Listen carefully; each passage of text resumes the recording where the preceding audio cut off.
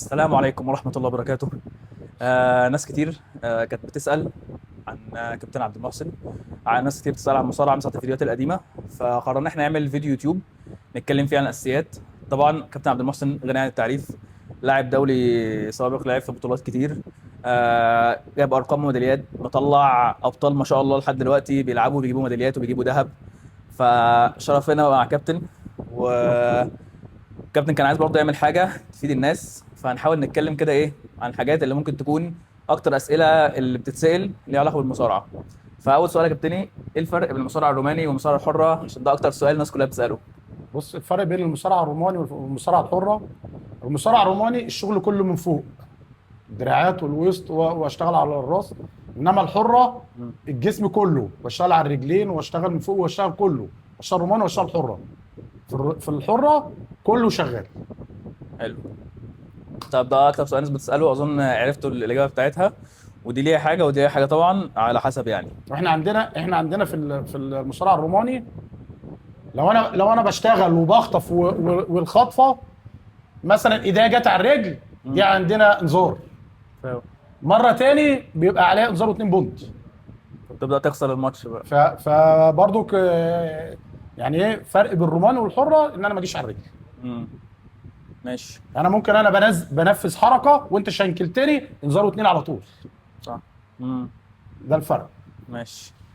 طب دلوقتي حاجه من الحاجات اللي واجهتني زمان، معروف ان المصارعه بيكون احسن ان انت تلعبها وانت صغير شويه. طبعا. ليه؟ بس اول حاجه مم.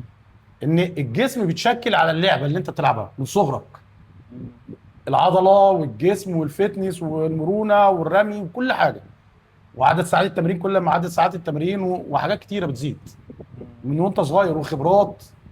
فحاجات كتير بتبدا معاك من وانت صغير. مم. انت بتاخد ماتشات، بتبقى ايه، بطولات وحاجات كتير بتديك خبرات. ماشي. يعني اي حد لو انت شاب صغير لسه في بدايه حياتك، في اول كده ايه 14 15 قبل كده كمان، وبتفكر بس في المصارعه، يا دلوقتي اهم كتير واحسن كتير من بكره، فلو طبعا قدامك طبعا. فرصه تبدا. لازم طيب، لازم ابدا وانا صغير. للناس بقى اللي زي حالاتي كده، اللي بدأت متأخر شوية، بدأت هو فوق ال20، ناس على 20 على طول، ده ايه نظامهم في الموضوع؟ حتى لو مش لازم يحترف، بس هل اللعبة تبقى صعبة قوي عليه؟ لا، مش صعب ولا حاجه. انا هبدا واحده واحده. مش هبدا مره واحده زي الراجل القديم. مم. هبدا واحده واحده، هتعلم حاجه حاجه واحده واحده. وبالنسبه لي الراجل الكبير اللي لاعب كبير هيبدا حر، مش هيبدا روماني. مم. الحره بالنسبه له هيبقى اسهل. مش هقعد حلو. حاسب اوعى رجل دخل ايه ما تشنكلش، لا. عنده كل حاجة. يشتغل حره، مم. يسقط على الرجل، هتلاقي بالنسبه له اسهل. مم. يشنكل، روح على الرجل، لفف وروح على الرجل واسقط، هتبقى بالنسبه له اسهل. غير الصغير هياخد حره هتديله، هياخد رومانه هتديله. هيتعود من بدري. هيتعود. ماشي. طيب، هل زي ما انا كده كنت موجود، هل مثلا لازم حد يوصل لوزن معين؟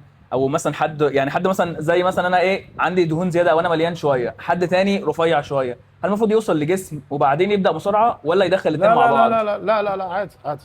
مش بتفرق في المصارعه، مم. مش بتفرق. انت بتشتغل والعب على الميزان اللي انت فيه. مم. ما انت لاعب كبير اصلا. انت لاعب كبير، ان غير اللاعب الصغير اللي الجسم اصلا اتشكل على اللعبه. العضله موجوده وكل حاجه موجوده، الرجلين والظهر والدراعات كل حاجه اتكونت على اللعبه بتاعتنا. اوكي. واحنا بنشتغل على العضلات المساعده بتاعت اللعبه. كل شغل، انت فاهم، ليه عضلات مساعده. البارما لها شغل، الظهر الرامي ليه شغل، من فوق ليه البراوليه ليه شغل، كل حاجه لها شغل. مم. حلو. طب دلوقتي لو حد عادي من الشباب اللي برضه صغير شويه، في 15 16 في الرينج ده، وبيبدا عادي وبيفكر ان هو يلعب بطوله، هل الحوار صعب وبعيد قوي لا لا، ولا مش لا؟ صعب ولا حاجه، مش صعب. كل حاجه بالتمرين بتبقى كويسه. من الاستمراريه بالتمرين. مم. كل حاجه بتقرب. انا بعيد طول ما انا بره. انما لو طول ما انا على بساط وعدد ساعات بتزيد في التمرين، صح. هتيجي وتبقى كويس وتزيد. اسهل كتير بقى من الكوره والرياضات الجماعيه، صح؟ لا، دي حاجه ودي حاجه. دي حاجه ودي حاجه. مم. انا ربنا مديني موهبه في المصارعه، خلاص هشتغل. عندي القوه، عندي السرعه، عندي التحمل، وعندي المرونه، عندي كل حاجه. عندي بتاع الكوره عنده الموهبه بتاعته هيشتغل بيها. اصل مش هجيب انا واحد كده واحطه في الكوره مش هيلعب. صح، كل واحد هو اصلا ما ربنا عندوش خلقه عشان حاجة. رجل الاثنين شمال، ما فيش، صح. مش هتيجي ايوه. طالما ما عندوش الموهبه. صح. بتاع المصارعه برضك لازم يبقى لا قلبه كويس، لازم يبقى جريء. المصارعه من الالعاب، المصارعه والملاكمه لو انت عندك خوف مش هتبقى بطل. صح. البطل هتلاقيه ممكن يبقى في التمرين كويس، انما في الماتشات مش هيبقى كويس. ده لازم يبقى جريء. في المصارعه والملاكمه بالذات اكتر لعبتين لازم يبقى عندي قلب جامد. صح. ماشي. طيب حاجه كمان، ناس كتير بتتكلم شايفه ان المصارعه ليه اتمرن مصارعه طالما مثلا دي حاجه مثلا مش هتفيدني في ان انا مثلا في مثلا في خناقه في الشارع او اتحطيت في موقف. بالعكس، لا بالعكس، ده انت خلي مثلا انت واحد بتاع مصارعه وخليه يمسك وسطك، خليه يمسك وسطك وانت واقف، هتتعامل وهتشيل وهترمي وهتعمل كل حاجه. هو غلط، مش ده الطبيعي انك تعمل طبعا كده، بس لو اتحطيت في ما موقف. انا بقول لك اهو، انا دلوقتي لو مع واحد في الشارع وهو ماسك وسطي هرمي وهشيل وهعمل كل حاجه. صح، تبقى غير مؤذيه يعني. بتاع البوكس هيشتغل من بعيد، انما بتاع المصارعه خلي اي حد يلتحم معاك حتى لو اقوى منك. طالما قفشك خلاص كده. صح. بتاع المصارعه هتقرب منه هيتعامل، هيشيل، هيخطف، هيرمي، وهيعمل كل حاجه. صح. بتاع الملاكمه عايز مسافه. بس كده. ماشي. سؤال تاني، هل المصارعه ممكن تأثر على شخصية الواحد؟ يعني لو شاب لسه صغير في مراحل بداية تكوين شخصيته. لا فعلا بتغير في الشخصيه وبتدي جرأه. احنا كان معانا ناس كتير، احنا الواحد بيدرب بقاله 20 سنه ان شاء الله، فبيعدي علينا كتير عيل بيبقى شخصيته اصلا ضعيفه من كتر التمارين والبطولات وبتاع، ويتمرن مع ده ويتمرن مع ده، ما العيل اصلا في البيت دايما انت قافل عليه. صح. فالعيل ده دايما تبص تلاقيه منطوي كده، انما ما يتمرن مع اولاد كتير بياخد جرأه، بيتجرأ ويخش ويبقى في وسط الناس. فهي المصارعه كويسه في كده. دي تقريبا كانت معظم الاسئله اللي اتسالت. عندك اي حاجه كنت عايز تضيفها تاني تنصحها للشباب حتى دلوقتي؟ لا انا بقول ان الرياضه عامه مش المصارعه بس صح كويسه، يعني احسن ما اقعد على النت واحسن على التليفون ومش عارف ايه وفي الشارع مع ده ومع ده. لا انا لو نزلت اتمرنت، اول حاجه انا استفدت، جسمي استفاد وبلعب بطولات وبتديني شخصيه وببقى مع ناس كويسه. صح. غير لما ابقى في الشارع، احنا دلوقتي عارفين الدنيا عامله ازاي، العمليه بقت صعبه. انما انا لما ببقى مع ناس رياضيين فانا بعدت عن الشارع وبعدت عن حاجات كتيره والحاجات اللي احنا بنشوفها دلوقتي. لا انا الرياضه احسن، تعلمك الانضباط. لا بتعلمني حاجات كتير بتقعدني مع ناس كويسه. وغير كده بتخلي عندي طموح ان انا العب بطولات. يعني عيل ممكن تبقى انت تلاقيه اصلا مش جاي عايز يلعب بطولات، بس بيغير جو بقى بيسخنه، بيغير بيشوف زمايله بيلعبوا بطولات ومش عارف، تبص انا عايز العب يا كابتن. روح هو اصلا ايوه بتزيد من ايه؟ ما بيشوف زمايله، انا ده بطل وده بطل جمهوريه وده دخل منتخب، تبص تلاقي ايه؟ الغيره الحميده اللي احنا بنقول عليها، الغيره الحلوه.